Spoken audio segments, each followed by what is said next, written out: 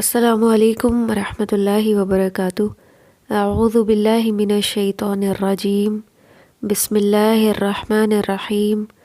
رب اشرح لی صدری ویسر لی امری واحلل عقدۃ من لسانی یفقہوا قولی رب زدنی علما اللہم فقہنا فی الدین۔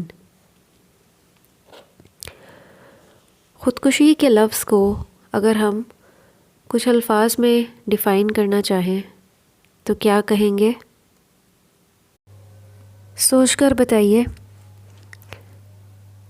نعمت حیات کی ناشکری، یعنی زندگی کی نعمت کی ناشکری، اگر ہم اسے کچھ الفاظ میں ڈیفائن کریں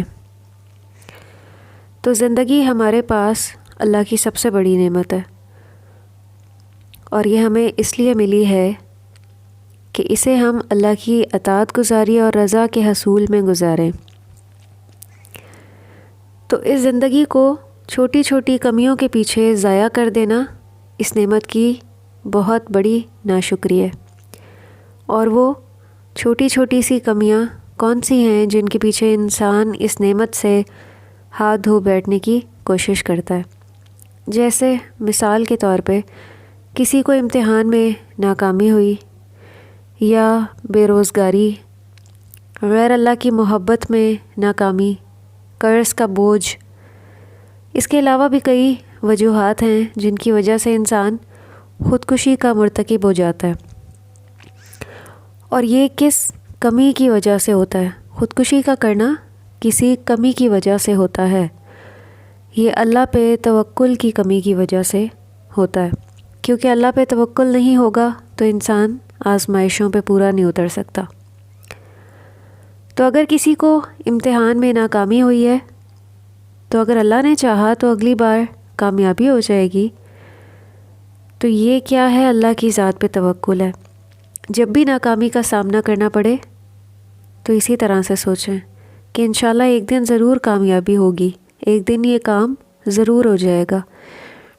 اسی طرح قرض ہے اور آپ کی نیت ہے ادا کرنے کی، تو اللہ تعالیٰ ضرور کہیں نہ کہیں سے اسباب پیدا فرما دیں گے۔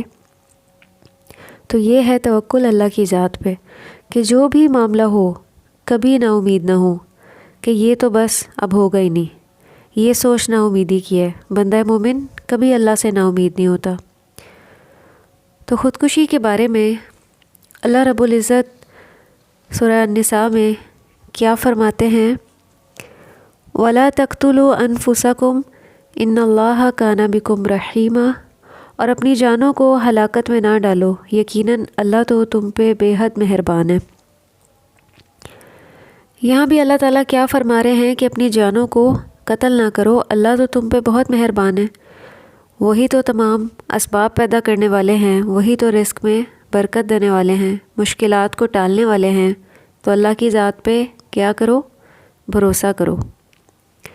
بخاری و مسلم میں ہے کہ جو شخص، اب خودکشی کی سزا بتائی جا رہی ہے کہ جو شخص کسی لوہے کی چیز سے خودکشی کرے گا وہ قیامت تک جہنم کی آگ میں لوہے سے خودکشی کرتا رہے گا، اور جو جان بوجھ کر مر جانے کی نیت سے زہر کھا لے گا وہ بھی ہمیشہ ہمیشہ جہنم کی آگ میں زہر کھاتا رہے گا۔ اور دوسری روایت میں ہے کہ جو شخص جس چیز سے اپنے آپ کو قتل کرے گا وہ قیامت والے دن اسی چیز سے عذاب دیا جائے گا۔ نبی صلی اللہ علیہ وسلم کا ارشاد ہے کہ تم سے پہلے کے لوگوں میں ایک شخص کو زخم لگے اور اس نے چھری سے اپنا ہاتھ کاٹ ڈالا اور تمام خون بہہ گیا اور وہ اسی میں مر گیا۔ تو اللہ نے فرمایا کہ میرے بندے نے اپنے آپ کو فنا کرنے میں جلدی کی، اسی وجہ سے میں نے اس پر جنت کو حرام کر دیا۔ اسی لیے اللہ تعالیٰ یہاں کیا فرماتے ہیں کہ جو شخص بھی ظلم و زیادتی کے ساتھ حرام جانتے ہوئے اس کا ارتکاب کرے تو وہ کیا ہے؟ جہنمی ہے، اس کی سزا جہنم ہے۔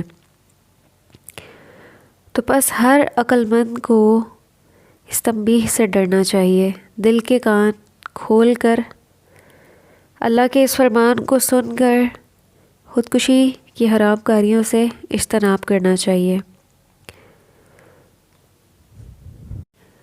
ہمیں یہ زندگی کیوں ملی ہے؟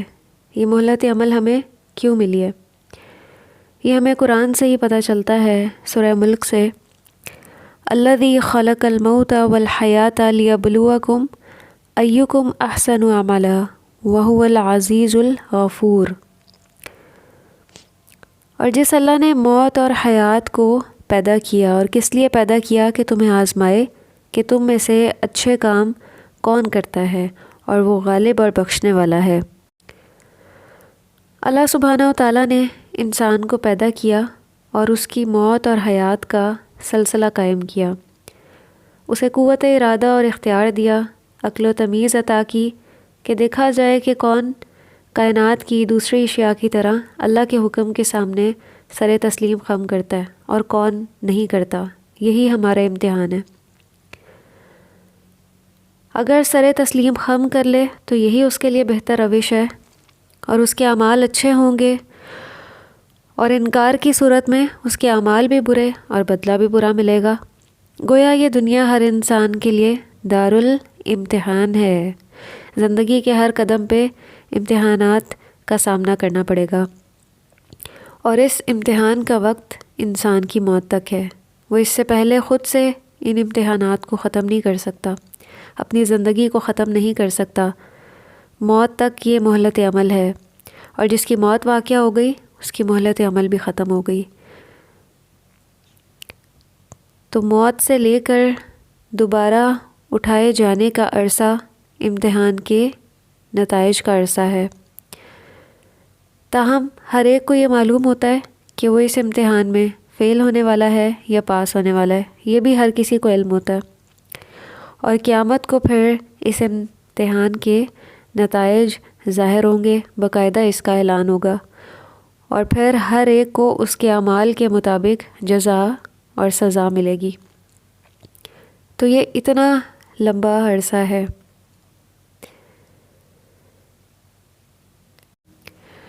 تو کیا اس بات کی اجازت ہے کہ زندگی میں اگر کسی کو تکلیفوں، مصیبتوں اور محرومیوں کا سامنا کرنا پڑے تو وہ تنگ آ کے اپنی زندگی سے ہی ہاتھ دھو بیٹھے، اپنی زندگی ختم کر لے؟ ایسا کرنے والا کیا کرتا ہے؟ دنیا کے ساتھ آخرت کی خیر سے بھی محروم ہو جاتا ہے۔ دنیا کی خیر سے کیسے؟ کیونکہ اللہ سبحانہ و تعالیٰ نے ہر کام کے مکمل ہونے کا ایک وقت مقرر کیا ہوا ہے، اس سے پہلے وہ چیز نہیں حاصل ہو سکتی جس کے لیے ہم کوشش کر رہے ہوتے ہیں، اس کا وقت مقرر ہے۔ تو صبر کے ساتھ اس وقت کا انتظار کرنا چاہیے اور اپنی کوشش جاری رکھنی چاہیے۔ ایک حدیث قدسی میں اللہ سبحانہ و تعالیٰ فرماتے ہیں کہ میرے بندے نے جان نکالنے میں مجھ پہ جلدی کی، اس کی سزا میں نے اس پر جنت حرام کر دی۔ یہ خودکشی کرنے والے کا انجام ہے کہ اس پہ اللہ سبحانہ و تعالیٰ نے جنت حرام کر دیا۔ نبی صلی اللہ علیہ وسلم صحابہ کرام کے ساتھ جنگ حنین میں تھے۔ آپ نے ایک شخص کے متعلق جو مسلمان ہونے کا دعویٰ کرتا تھا فرمایا کہ یہ جہنم والوں میں سے ہے۔ لڑائی کا وقت آیا تو یہ شخص خوب لڑا اور زخمی ہو گیا۔ لوگوں نے کہا یا رسول اللہ صلی اللہ علیہ وسلم، آپ نے جس شخص کو جہنمی فرمایا تھا وہ تو آج خوب لڑا اور مر گیا۔ نبی صلی اللہ علیہ وسلم نے فرمایا کہ جہنم میں گیا۔ بعض مسلمانوں کو اس پہ بڑا تعجب ہوا۔ اتنے میں خبر آئی کہ وہ مرا نہیں ہے بلکہ ابھی زندہ ہے، لیکن بہت سخت زخمی ہے۔ جب رات ہوئی تو وہ زخموں کی تکلیف برداشت نہ کر سکا، اور اس نے تلوار کا جو نوک ہوتی ہے، تلوار کو اس طرح سے زمین پہ رکھا اور نوک سینے کے درمیان میں، پھر اس پر زور دیا اور اپنے آپ کو مار ڈالا۔ اس کی موت کی خبر سن کر نبی صلی اللہ علیہ وسلم نے فرمایا کہ بسا اوقات آدمی لوگوں کے نزدیک جنت میں جانے والے کام کرتا ہے اور جہنمی ہوتا ہے حقیقتاً، اور بعض اوقات ظاہر میں جہنمیوں کے سے کام کرتا ہے اور وہ جنتی ہوتا ہے، یعنی بعد میں اپنے گناہوں کی توبہ کر لیتا ہے اور جنت میں داخل ہو جاتا ہے۔ امام شافعی رحمہ اللہ کا ارشاد ہے، ان کا قول ہے کہ نہ غم کو دوام، نہ کوئی خوشی ہمیشہ رہے گی، نہ صدا تنگی رہے گی، نہ تم ہمیشہ آسودہ حال رہو گے، لہٰذا شب و روز کے حوادث پر آنسو مت بہاؤ، اس لیے کہ دنیا کے حوادث بھی ہمیشہ نہیں رہیں گے۔ یعنی نہ غم دائمی ہے اس دنیا کی زندگی میں اور نہ ہی خوشیاں دائمی ہیں۔ دنیا کی خوشیوں کو کون سی چیز ختم کرنے والی ہے کہ جس کی موت واقع ہو گئی تو وہ سب چھوڑ کر خود اگلے جہان میں منتقل ہو جاتا ہے۔ تو اصل اور حقیقی کوشش پھر کیا ہونی چاہیے؟ ذرا سوچئے کہ ہم ایسے اعمال کریں جو موت کے بعد ہمارے لیے خوشی اور راحت کا سامان پیدا کریں۔ باقی جو آج ہمارے پاس موجود ہے، مادی وسائل، مادی اسباب، وہ تو سب اسی دنیا میں رہ جانے والا ہے، وہ سب پیچھے رہ جانے والوں کے لیے ہے۔ نماز جنازہ پڑھنے سے انکار۔ خودکشی ایسا فعل حرام اور گناہ کبیرہ ہے، گناہ کبیرہ اور فعل حرام، کہ نبی صلی اللہ علیہ وسلم خودکشی کرنے والے کی نماز جنازہ نہیں پڑھتے تھے۔ سیدنا جابر رضی اللہ عنہ سے روایت ہے کہ ایک آدمی نے تیز دھار آلے سے خودکشی کر لی تو نبی صلی اللہ علیہ وسلم نے اس کی نماز جنازہ نہیں پڑھی۔ یہ صحیح مسلم کی روایت ہے۔ اور ایک اور جگہ آپ نے فرمایا کہ میں تو اس کی نماز جنازہ نہیں پڑھوں گا۔ تو ایسے موقع پہ پھر صحابہ کرام آپ کی جگہ نماز جنازہ پڑھتے ہوتے تھے۔ اسی طرح تمام اہل علم کا اس بات پہ اتفاق ہے کہ امام وقت اور نیک لوگوں کو خودکشی کرنے والے کی نماز جنازہ میں شریک نہیں ہونا چاہیے، تاکہ باقی لوگوں کو عبرت ہو اور وہ اس فعل کے مرتکب نہ ہوں اور اس سے باز رہیں۔ البتہ عام لوگ اس کا جنازہ پڑھا کر دفن کر دیں، اس میں پھر باقیوں کے لیے بھی عبرت ہوگی اور لوگ اس فعل سے بچنے کی کوشش کریں گے۔ اب ان اسباب کا جائزہ لے لیتے ہیں کہ اس فعل سے کیسے رکا جائے۔ آزمائشیں تو برحق ہیں، وہ تو آئیں گی، ان کو نہیں روکا جا سکتا، ان کا دروازہ کھلا ہے جب تک زندگی ہے۔ اللہ سبحانہ و تعالیٰ بھی کیا فرماتے ہیں؟ کل نفس ذائقۃ الموت وَنَبْلُوكُمْ بِالشَّرِّ وَالْخَيْرِ فِتْنَةً وَإِلَيْنَا تُرْجَعُونَ۔ ہر جاندار موت کا مزہ چکھنے والا ہے اور ہم اچھے اور برے حالات میں ڈال کر تم سب کی آزمائشیں کر رہے ہیں، آخر کار تمہیں ہماری ہی طرف پلٹنا ہے۔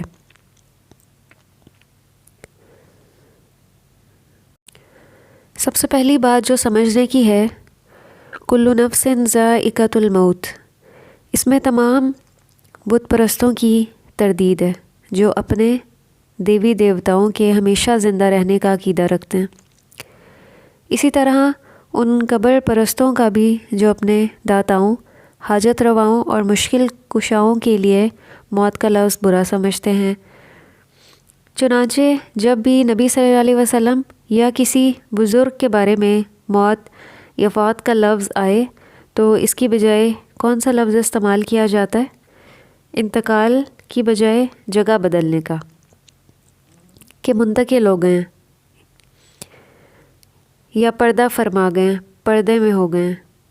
اور بہت سے لوگ نبی صلی اللہ علیہ وسلم کے بارے میں بھی یہ عقیدہ رکھتے ہیں کہ آپ بس دنیا سے منتقل ہو گئے، پردہ فرما گئے۔ یہ سب باطل عقیدے ہیں۔ موت کے بغیر تو کسی کو بھی اللہ کی ملاقات اور اس کا دیدار نصیب نہیں ہوگا، ایسا تو ممکن ہی نہیں ہے۔ آیت کا جو دوسرا حصہ ہے یبلو، اس کا ایک معنی ہے آزمانا اور مبتلا کرنا، اور فتنے سے کیا مراد ہے؟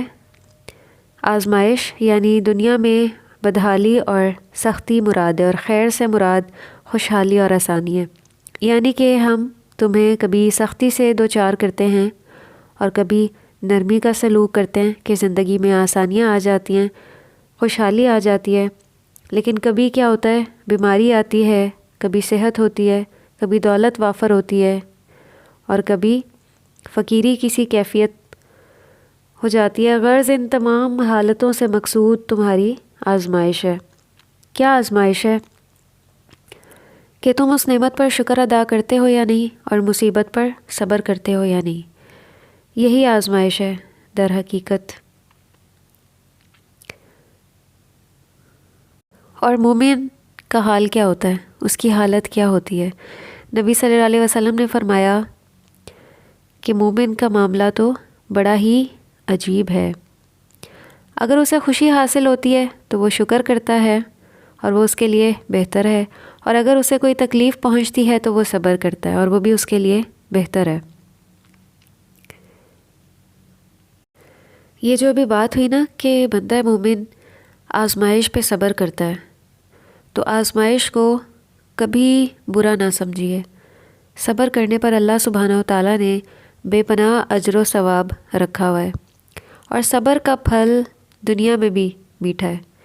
اس کا ریوارڈ اللہ تعالیٰ دنیا میں بھی دیتے ہیں۔ اس کا دنیا میں ریوارڈ کیا ہوتا ہے کہ آزمائش کبھی بھی ہمیشہ نہیں رہتی، ایک وقت آتا ہے کہ اللہ کے حکم سے ختم ہو جاتی ہے۔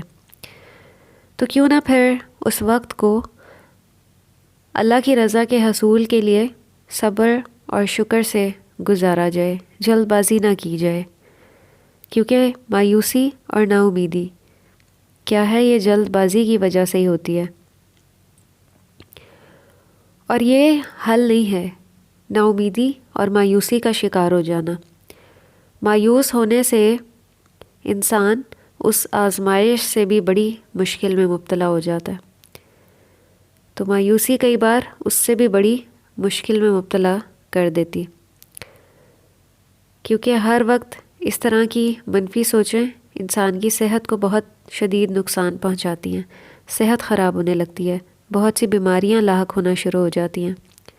تو وہ آزمائش تو ہو سکتا ہے ختم ہو جائے، لیکن جو بیماری ساتھ لگ گئی تو وہ پھر ہو سکتا ہے کہ بہت نقصان پہنچائے، اور ایسا نقصان جس کی تلافی نہ ہو سکے۔ کیونکہ ریسرچ سے پتہ چلتا ہے کہ جو لوگ بہت زیادہ ٹینشن لیتے ہیں، تو ہماری باڈی جب ہم ٹینشن لیتے ہیں ایک ہارمون ریلیز کرتی ہے، اور اس کی وجہ سے اس کا بہت نقصان ہے، بہت سی بیماریوں میں انسان مبتلا ہو جاتا ہے اگر وہ ہارمون بہت کثرت سے ریلیز ہوتا رہے۔ تو اس لیے ان امور سے بچنا چاہیے۔ اور مایوسی ویسے بھی کفر ہے۔ کیوں کفر ہے؟ کیونکہ یہ خودکشی جیسے حرام کام کی طرف لے کر جاتی ہے۔ تو اگر کسی کو مایوسی لاحق ہے تو اس میں سے وہ اپنے آپ کو کیسے نکالے؟ اس کا سب سے پہلا حل تو یہ ہے کہ اپنے اندر دین کا شعور بیدار کریں، کیونکہ جب زندگی دین کے مطابق ہوتی ہے تو اللہ کی رحمت کا نزول ہوتا ہے، اور اس رحمت میں بہت سی آزمائشوں کا خاتمہ ہو جاتا ہے، بہت سی آزمائشیں خود بخود ختم ہو جاتی ہیں جس انسان کی زندگی میں اللہ کی رحمت ہوتی ہے۔ یا دوسری طرف دین کی سمجھ بوجھ سے بندے کو شعور حاصل ہوتا ہے۔ کیا شعور حاصل ہوتا ہے کہ آزمائشوں سے نکلنا کیسے ہے؟ دین دراصل حکمت سکھاتا ہے، سوچ کو مثبت کرنا سکھاتا ہے، طریقے سجھاتا ہے مسائل کو حل کرنے کے، اور وہ دین پڑھے بغیر ممکن نہیں ہے۔ دوسرا حل کیا ہے؟ اللہ کی ذات پر بھروسہ۔ تو اللہ کی ذات پر بھروسہ کرنا سیکھنا ہے۔ بھروسہ ہوتا ہے اپنا معاملہ اللہ کے سپرد کر دینا اور خود دلی طور پہ مطمئن ہو جانا۔ اگر اللہ کے سپرد معاملہ کر کے بھی ہمارے دلوں کو سکون نہیں آیا اور دل وسوسوں کا شکار ہے کہ ہائے ایسا نہ ہو جائے ویسا نہ ہو جائے، تو جان لیں کہ ہمارے اللہ کے ساتھ تعلق میں کمی ہے، ہمارے اللہ پہ بھروسے میں کمی ہے، کیونکہ جو حقیقی توکل ہوتا ہے وہ بندے کو دلی طور پہ مطمئن کر دیتا ہے، اور اللہ سبحانہ و تعالیٰ بھی بندے کے ساتھ اس کے گمان کے مطابق معاملہ کرتے ہیں۔ اگر بندہ اچھا گمان رکھتا ہے اللہ کے بارے میں تو اللہ تعالیٰ ویسا ہی کر دیتے ہیں۔ اگر بندہ یہ سوچے نا کہ اللہ تعالیٰ جلد اس آزمائش کو ختم کر دیں گے، مجھے جلد اس سے نکال لیں گے، تو اللہ سبحانہ و تعالیٰ بندے کے گمان کے مطابق ویسا کر دیتے ہیں۔ تو ہمیشہ اللہ کے بارے میں گمان اچھا ہونا چاہیے۔ لیکن ایک اور اہم بات یاد رکھیں کہ تمام آرزوئیں کبھی پوری نہیں ہوتی۔ کچھ نہ کچھ آرزوئیں ایسی رہ جاتی ہیں جو پوری نہ ہو سکیں. یہ ہمیں ایک حدیث سے پتہ چل رہا ہے. ایک صحیح حدیث سے پتہ چلتا ہے کہ نبی صلی اللہ علیہ وسلم نے ایک باکس بنایا اور اس کے اندر ایک لکیر کھینچی جو اس باکس سے باہر نکل رہی تھی. تو آپ نے کیا فرمایا کہ یہ جو 4 دیواری ہے یہ کیا ہے؟ موت. اور یہ جو لکیر اس سے باہر نکل رہی ہے یہ انسان کی آرزوئیں ہیں. یعنی انسان کی آرزوئیں اتنی لمبی ہوتی ہیں موت سے بھی آگے تک. اور ایک اور لکیر کھینچی اسی باکس کے اندر جو کہ آفات کی تھی. تو موت نے انسان کو چاروں طرف سے گھیر رکھا ہے، لیکن اس کی آرزوئیں کیا ہیں؟ اس سے بھی باہر جا رہی ہوتی ہیں. اتنی زیادہ آرزوئیں ہمارے دل میں ہوتی ہیں. تو موت کے واقعہ ہونے سے ہی وہ تمام آرزوئیں کیا ہیں؟ ختم ہو جاتی ہیں، ادھوری رہ جاتی ہیں. لیکن بہرحال انسان کو جو بھی وسائل میسر ہوں ان کے ساتھ کوشش اور محنت جاری رکھنی چاہیے، اور اللہ سے خلوص نیت سے مدد طلب کرتے ہوئے دعا بھی کرتے رہنا چاہیے، اور آخر میں سارا معاملہ اللہ کے سپرد کر دینا چاہیے کہ جو میرے حق میں بہتر ہوگا اللہ سبحانہ و تعالیٰ ویسا کر دیں گے.